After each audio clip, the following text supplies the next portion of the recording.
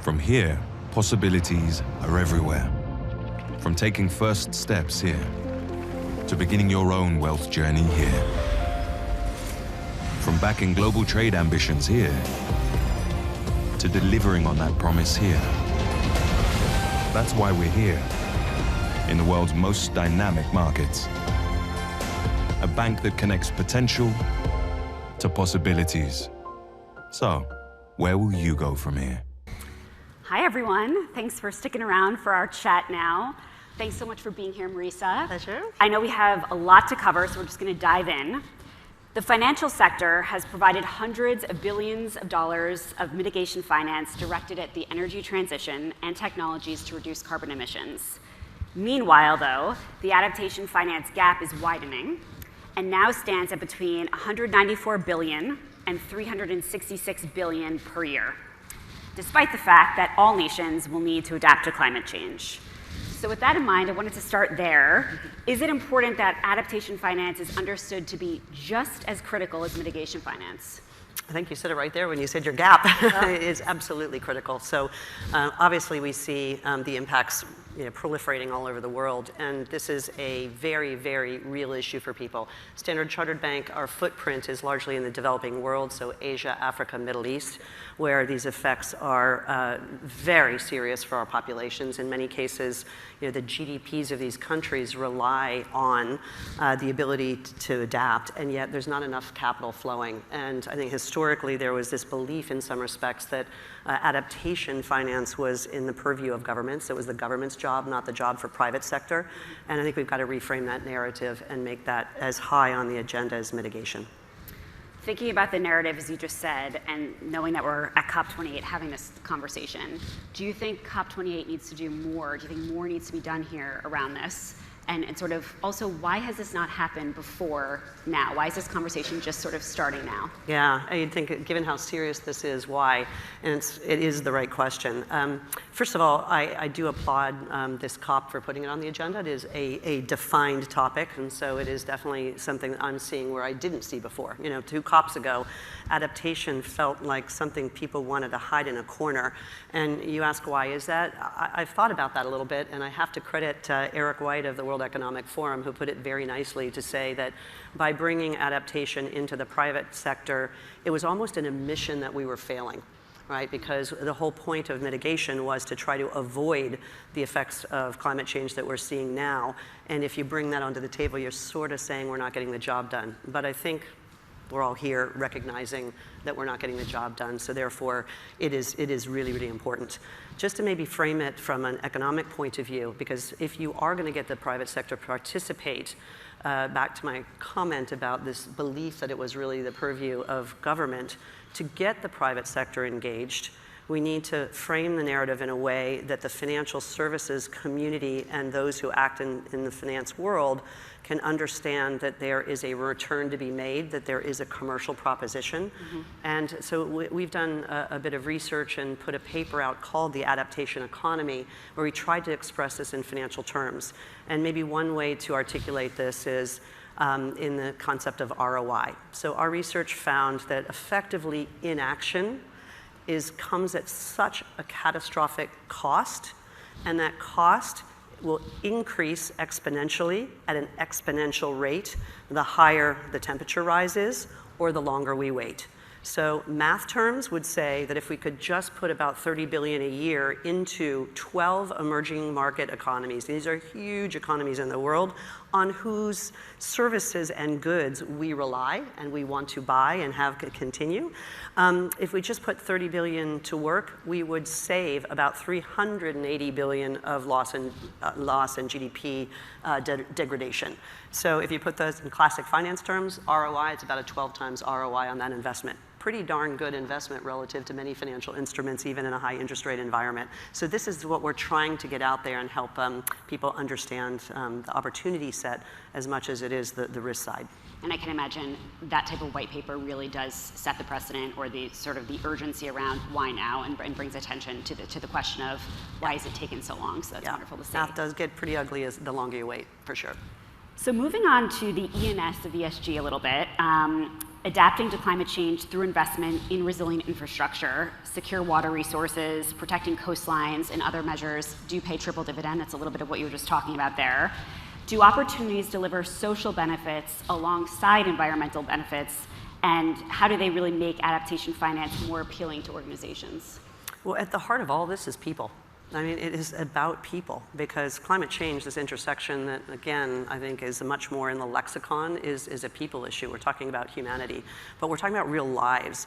So when I say our markets are deeply, deeply affected, when I talk about the economies that we operate in, a big proportion of the GDP and people's livelihoods might be agriculture or might be fishing. And all of those are at peril, and if we don't have capital flowing to help them to adapt to these realities, and especially, if we keep on the same trajectory, it gets worse and worse, these people will not have jobs.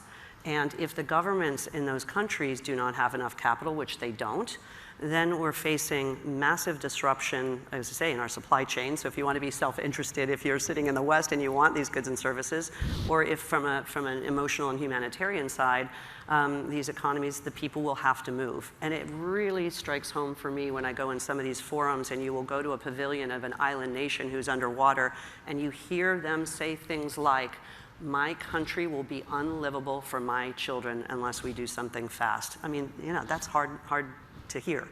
And it's not about only loss and damage. And of course, that's an important topic that's been on the table of COP, but it is actually how do we recognize that with this urgency and this imperative comes a commercial opportunity for that private sector to play. And this is where I think for the investment community, we can also create a nice combination or a nice intersection, or if you want to say a multiplier effect of the E and S, because I do think the E has drowned out, the environmental side has drowned out a bit the S, but very many investors who have that as part of their portfolio and ESG strategy, you can neatly put those two things together in a very complementary way. Right, right. And do you think this will help scale up investment towards adaptation? Well, I am hopeful. So as much as that all sounds like a bad news story, we did a poll of those who allocate very, very large pools of capital. So the negative side of that is that we asked these investment managers and portfolio managers and institutional funds how much of your capital today is allocated to the topic of adaptation. First of all, a lot of those people came back and said, what are you talking about? What's adaptation? So we start there with definitions and what do we mean by adaptation. But those who actually kind of understood what we were talking about basically told us it was very, very little. So that's sort of the outside of the conversation. It was some tiny fraction of their capital pools were headed toward this area. The good news story is that because of putting it on the table at COP and because of good works of many of those who are partnering with to get this on the table and get it defined, 75% of those big pool capital allocators have said that they will migrate more money to this topic in the coming year or years. So that leaves me, I guess, quite hopeful that it's well recognized in the commercial, private, for-profit return sector, not just the government sphere. Wonderful. And as you mentioned, if we can migrate that capital, economies can be more resilient, which is obviously wonderful to see amidst the changing climate. And kind of thinking about Standard Chartered a little bit in this conversation, sure. What does this mean in practice for a bank like Standard Chartered, especially when thinking about the markets you're in? You mentioned this a little bit before, but Africa, Asia, and the Middle East, where obviously the impacts of climate change are really significant. Mm-hmm. So as we are a bank that uses our balance sheet to provide lending capital or underwriting capital to our clients in our markets, so a lot of this starts, we are a regulated entity, and our regulators now are very clear. They're asking us to take a whole, hard, deep forensic look at our loan book and understand where that loan book is exposed to climate risk. So therefore, in order for us to do that, we are working quite actively with all of our clients to whom we lend. And we have a whole methodology for how we do that. And as we're going through this exercise with our clients, we can see those very specific areas where they're exposed.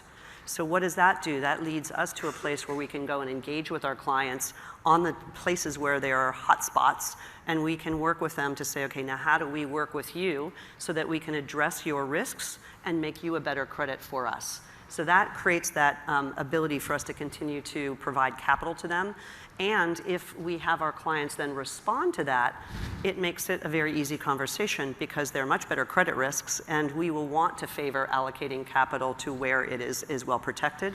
But also, the more we're getting into this, and we're being very deliberate about this, and I can maybe share with you in the audience, to those of you who are in the capital allocation or financial services arena, what we are trying to do, and I believe this deeply, I've been a capital markets and investment banker in the traditional sense for my whole career. And when I have helped to try to build asset classes, the way you can mobilize capital at scale is when you have a common definition. So back to let's start with the definitions, and a common adopted set of practices, and a belief where you can follow best practice use cases. So we took that as a concept and said, if we're going to try to mobilize this capital in a big way, let's try to start with that definition. Let's crowd in those peers and other partners that can help us define what this might mean to them. So an insurance company might look at this slightly different than a bank versus a private equity fund. But let's come to some sort of common agreement. We'll create a framework, and we've been doing this very actively with wonderful partners like the UN, like the World Economic Forum, and other banks and consulting companies to create a framework for adaptation. Now, I do want to be clear for those who've been at this for a really long time, because there are lots and lots of adaptation frameworks, but most of them were born out of perhaps the humanitarian aid or disaster relief arena, which was either the private sector or the philanthropic sector. We needed to kind of create this framework and bring the good work all together under one umbrella that speaks to the private sector actors. So we've been hard at work doing that, but then beyond that, we're creating a practitioner's guide. So if you are a bank or a financial institution, where can you actually lend or allocate capital into something within the sphere of adaptation that is commercially viable? So whether that is resilient infrastructure. You know, I say things, simple things, and sometimes it just doesn't, until you put it in these terms, people don't, in the private sector, don't think about it this way. This isn't just throwing good money after bad in a challenged place. It is, if you're saying I'm going to finance the new model of the built environment, aren't those the products that people are going to want to buy? You know, the homes that people are going to want to buy are the ones that can withstand storm activity and sea level rise and extreme heat. If we want to have those goods and services be in our trade finance flows, aren't we going to want to finance new models of agriculture and plant species and all the wonderful tech that you're so well promoting, that with precision farming, with crops that can withstand water shortages and so on? I want to finance those. Those make perfect sense. Those are the goods and services people want to buy. Commercial opportunity. So what we're doing is we're going category by category in this framework and saying, here's where you could play, depending on who you are, if you're insurance or a bank or whatever.